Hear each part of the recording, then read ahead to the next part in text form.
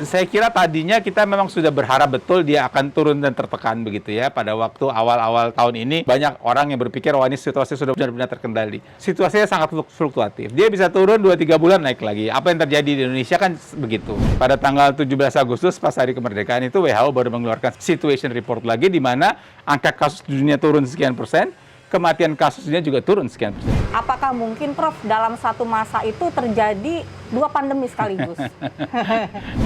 Dan orang merasa cukup bagus persiapannya. Ternyata ada pandemi lagi. Artinya apa yang kita lakukan saat ini tidak cukup baik untuk menangani pandemi karena sudah 2 kali pandemi. Ternyata kita tidak berhasil menanggulanginya.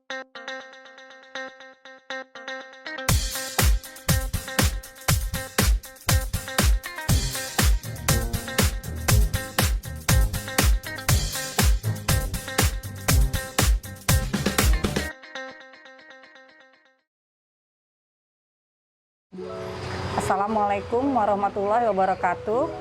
Sobat RM semua, hari ini saya bersama Profesor Chandra Yoga Aditama, mantan Direktur WHO Asia Tenggara yang saat ini menjabat sebagai Direktur Pascasarjana Universitas Yarsi sekaligus Guru Besar Fakultas Kedokteran Universitas Indonesia. Siang Prof, Selamat apa kabar? Siang. Kabar baik, alhamdulillah. Terima kasih sekali nih siang hari ini kita mendapat kesempatan untuk mewawancara langsung Prof di kediaman Prof yang begitu asri di kawasan Jakarta Selatan. Terima kasih sudah datang. Rakyat, Belum disuguhin. Rakyat Merdeka juga sangat mengucapkan terima kasih atas kontribusi tulisan yang selalu Prof berikan untuk mengupdate dan merespons situasi kesehatan terkini baik di level global ataupun nasional. Terima kasih sama-sama. Kalau ada manfaatnya saya senang hati. Ya, itu luar biasa karena kadang kita sebagai wartawan itu kita harus ada isu lalu kita kontak, tapi ini Prof langsung quick response. Terima kasih Prof. Itu ngomong-ngomong proses kreatifnya seperti apa itu Prof bisa menghasilkan suatu karya yang mungkin kalau dilihat simple gitu lewat WA, tapi isinya itu padat. Daging semua, Prof. Itu proses kreatifnya gimana, Prof? Ya, pertama saya memang suka menulis begitu ya, dan itu sudah saya lakukan sebenarnya.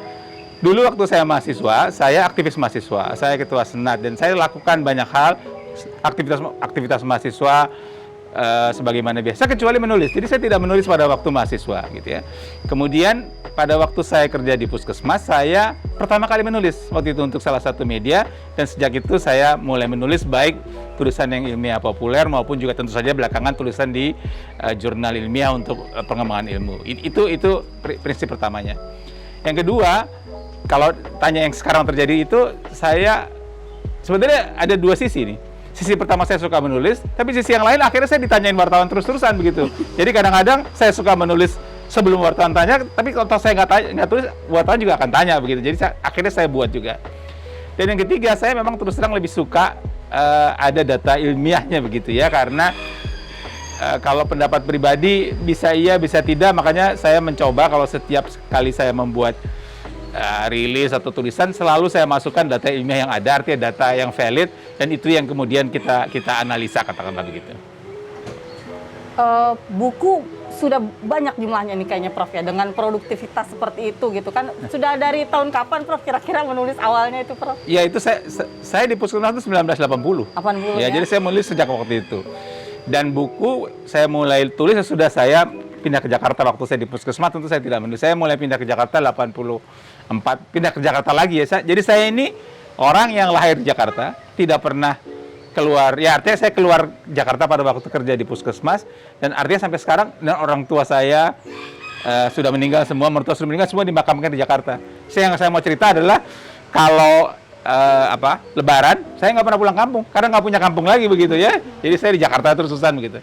Nah, saya lupa pertanyaan, sejak berapa lama ya? Nah, sesudah saya di Jakarta kembali itulah baru saya menulis di beberapa buku, dan dia memang cukup banyak bukunya waktu itu diterbitkan. Tapi kemudian sampai saya pensiun sebagai pegawai negeri pada usia 60 tahun. Nah, pada usia 60 tahun itu saya ingat saya menerbitkan 2 buku yang tebal-tebal. Beberapa buku sebenarnya, tapi 2, yang satu pengalaman sebagai Dirjen Pengendalian Penyakit dan Penyihatan Lingkungan, selama sekian tahun apa saja yang dilakukan, dan satu lagi buku tentang pengalaman sebagai Kepala Badan Litbangkes. Kemudian saya kerja di WHO. Nah, di WHO ini tentu sulit sekali untuk, bukan sulit sekali ya, kriterianya, aturannya birokratis sekali untuk menulis. Jadi praktis saya selama 5 tahun di WHO, kadang-kadang saya kirimkan berita ke media, tapi bukan tentang ilmiah, cerita misalnya saya udah sekian tahun bawa rendang, setiap hari rendangnya habis, kayak gitu-gitu ya. Tentang humanis ya? Iya, tentang humanis, betul, tentang humanis. Nah, kemudian pada tahun 2020 saya kembali ke Indonesia dan pas sedang ada COVID-19, dan itulah yang kemudian saya menulis kembali, dan dari 2020 sampai sekarang buku yang terbit adalah buku tentang COVID memang. Jadi ini ada buku yang tentang COVID sudah jilid yang ketiga sudah terbit beberapa waktu yang lalu, sekarang sedang penerbitan persiapan untuk yang keempat. Luar biasa sekali, ini kita memasuki COVID ini sudah 2 tahun lebih, hampir 3 tahun ya Prof. Bukunya Profesor Chandra sudah ada 3. Nah, terus sekarang situasi COVID kita ini Prof, banyak orang melihat, kayaknya udah selesai nih COVID, gitu ya kan. Apalagi walaupun memang ada fakta sedikit kenaikan kemarin itu kan, bahwa jumlah kasus terkonfirmasi kita di atas 6.000, kemudian jumlah kasus kematian itu 2 digit di atas 20. Profesor Chandra itu melihatnya seperti apa Prof? Situasi COVID di Indonesia. Ya, tapi sebenarnya begini ya, kita tidak fair juga kalau mengatakan bahwa orang Indonesia, atau kalau kadang-kadang di medsos tulis nih orang plus 62 kok nggak siap atau bereaksi berlebihan gitu ya. Dengan COVID yang sudah lebih dari 2 tahun ini, bukan hanya orang Indonesia, orang di berbagai belahan dunia manapun juga lelah begitu, juga berharap cepat selesai, juga punya dampak sosial, ekonomi, kesehatan yang sangat besar gitu ya. Jadi kalau ada perubahan-perubahan, reaksi di dunia juga besar. Jadi tidak tepat juga kalau kita hanya quote and quote menyalahkan orang Indonesia. Itu tidak benar juga. Itu soal sikap. Soal COVID-nya sendiri, saya kira tadinya kita memang sudah berharap betul dia akan turun dan tertekan begitu ya. Pada waktu awal-awal tahun ini banyak orang yang berpikir wah ini situasi sudah benar-benar terkendali. Tapi belakangan kita harus akui bahwa memang situasinya sangat fluktuatif. Dia bisa turun 2-3 bulan naik lagi. Apa yang terjadi di Indonesia kan begitu. Kita sudah turun, terus sudah Delta 2-3 bulan naik lagi karena Omikron. Omikron turun 2-3 bulan naik lagi gara-gara BA4, BA5. Nah, saya kira adalah benar atau adalah tepat pendapat Dirjen WHO yang dia sampaikan di saat sidang kesehatan dunia World Health Assembly, yang dia sampaikan juga di Yogyakarta, karena Pak Dirjen WHO ini datang pada waktu pertemuan Menteri Kesehatan G20 di Yogyakarta. Dia bilang bahwa kita harus akui bahwa pandemi COVID ini belum selesai. Nah, ada beberapa faktornya, tapi faktor yang paling utama adalah kita belum menguasai sepenuhnya perangai virusnya. Jadi kita pikir virusnya begini, tapi kemudian tiba-tiba keluar dengan jenis yang baru. Kita pikir jenis baru begini, kita keluar dengan jenis yang baru. Jadi memang itu yang salah satu faktor yang penting untuk melihat bagaimana COVID ke depan. Selain memang tentu saja yang tadi kita sedikit bahas tentang perilaku ya, orang sudah lelah dan sebagainya, itu juga harus dijadikan pertimbangan. Dan saya sangat setuju sepenuhnya bahwa untuk menangani COVID, sebenarnya bukan COVID saja, untuk semua masalah kesehatan, si kesehatan ini tidak berdiri di ruang hampa. Artinya faktor sosial, faktor ekonomi, faktor budaya semua masuk menjadi satu. Dan dengan kita kan selama kita nih semua yang hadir ini hidup kan belum pernah ada kejadian sebesar ini. Jadi kita lihatlah bagaimana interaksi berbagai faktor itu terjadi pada waktu COVID-19 saat ini. Karena berbagai kegiatan itu juga harus tetap jalan ya Pak. Betul. Terutama pendidikan nih, kan belakangan ini dilaporkan turun juga angka-angka pencapaian siswa ataupun mahasiswa di masa pandemi ya Prof ya. Iya betul, makanya saya bilang tadi kesehatan tidak mungkin berdiri di ruang hampa. Apalagi sudah berjalan sekian tahun, mau tidak mau kita harus mencari jalan bagaimana ini bisa terkendali dengan baik. Nah, tapi belakangan ini Prof kan muncul lagi ya penyakit-penyakit menular Prof, seperti kayak monkeypox, cacar monyet atau virus langya gitu. Prof Chandra ini melihatnya seperti apa? Apakah terutama untuk cacar monyet? Apakah mungkin cacar monyet ini menjadi pandemi gitu Prof? Karena belum kemarin juga dilaporkan terjadi penularan dari manusia ke anjing ya, yang di Inggris itu. Ini apakah ada peluangnya cacar monyet ini menjadi pandemi? Dan apakah mungkin Prof dalam satu masa itu terjadi 2 pandemi sekaligus?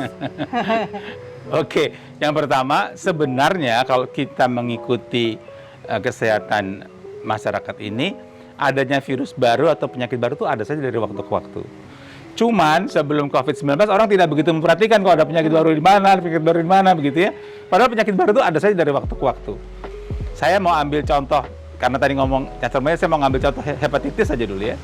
Kan beberapa waktu yang lalu pernah ada ribut-ribut tentang hepatitis yang tidak jelas penyebabnya. Misterius. Karena dia bukan virus hepatitis yang biasa, bukan A, B, C, D, E.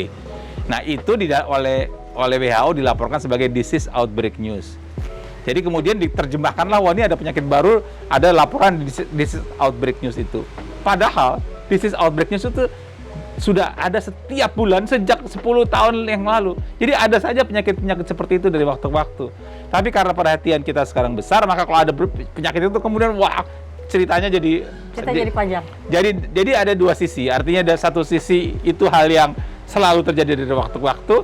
Di sisi lain bagus saja masyarakat kemudian sekarang jadi lebih memperhatikan, tapi tentu tidak baik juga kalau ya berlebihan begitu, ya berlebihan. Gitu ya. Itu soal berbagai penyakit. Jadi tidak terlalu benar juga mengatakan bahwa sekarang virus-virus yang baru lebih banyak bermunculan ketimbang 10 tahun yang lalu. 10 tahun yang lalu juga banyak virus baru, tapi beritanya tidak sebesar ini. Itu satu. Nah yang kedua, kalau soal cacar monyet atau gini, kalau menurut aturan yang ada sekarang dalam dokumen resmi yang namanya International Health Regulation, maka ada status yang namanya PHEIC, Public Health Emergency of International Concern.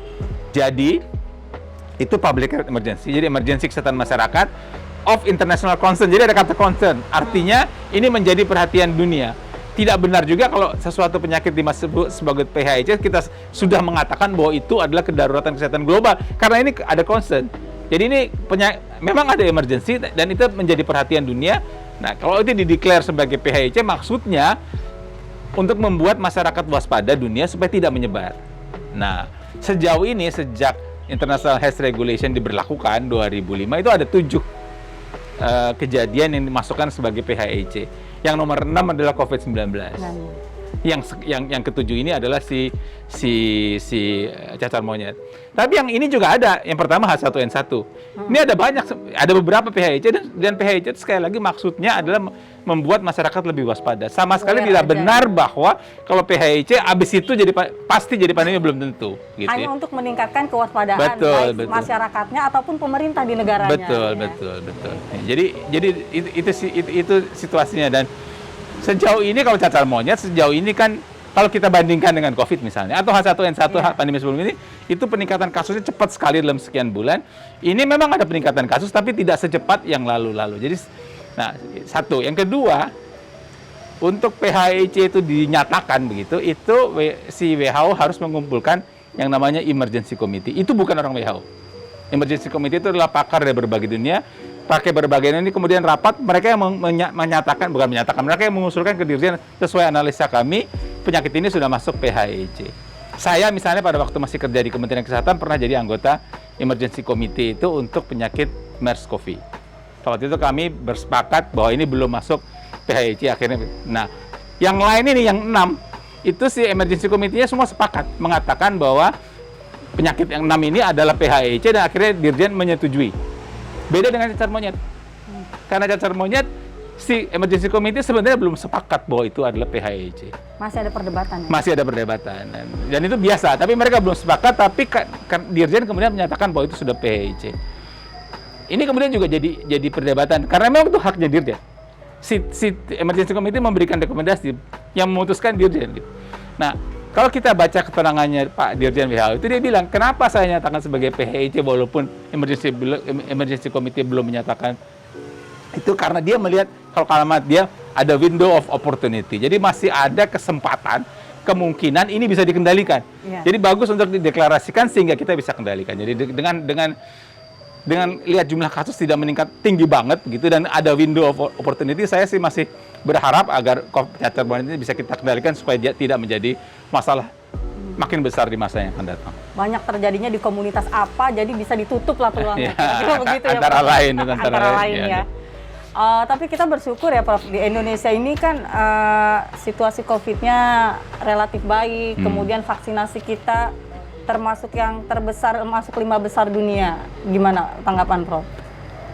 Hari ini saya mau kirim ya, ke rakyat mereka juga sudah saya kirim. Jadi sebenarnya kita juga bersyukur situasi dunia membaik. Ya, jadi pada tanggal 17 Agustus pas hari kemerdekaan itu WHO baru mengeluarkan situation report lagi di mana angka kasus di dunia turun sekian persen, kematian kasusnya juga turun sekian persen. Jadi memang di dunia saat ini trennya sedang membaik. Sedang membaik. Jadi kalau kita juga baik itu ya itu sejalan dengan tren dunia. Walaupun memang kasus kita sebenarnya relatif meningkat ya karena tadinya kan 200-an, sekarang 5 ribuan, 6 ribuan. Tapi juga kita tidak bersyukur tidak naik lebih tinggi. Jadi ini pengendalian kasus di Indonesia sejalan dengan pengendalian dunia. Soal jumlah vaksinasi, saya kira yang mesti kita nilai bukan hanya jumlah total. Karena kalau kita melihat jumlah total orang yang divaksin, karena jumlah penduduk kita tinggi, maka tentu saja jumlah orang total yang divaksin jadi tinggi begitu. Kan begitu perbandingannya. Nah, tetapi yang akan baik kalau kita lihat adalah berapa persen dari jumlah penduduk itu yang sudah divaksin.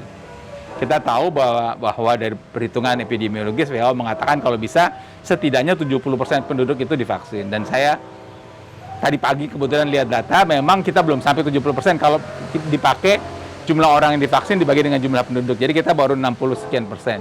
Dan beberapa negara tetangga ASEAN, Vietnam, Laos, Kamboja, Thailand, begitu, itu angkanya sudah di atas 70%. Jadi saya kira itu masih harus ditingkatkan sampai di atas 70% itu.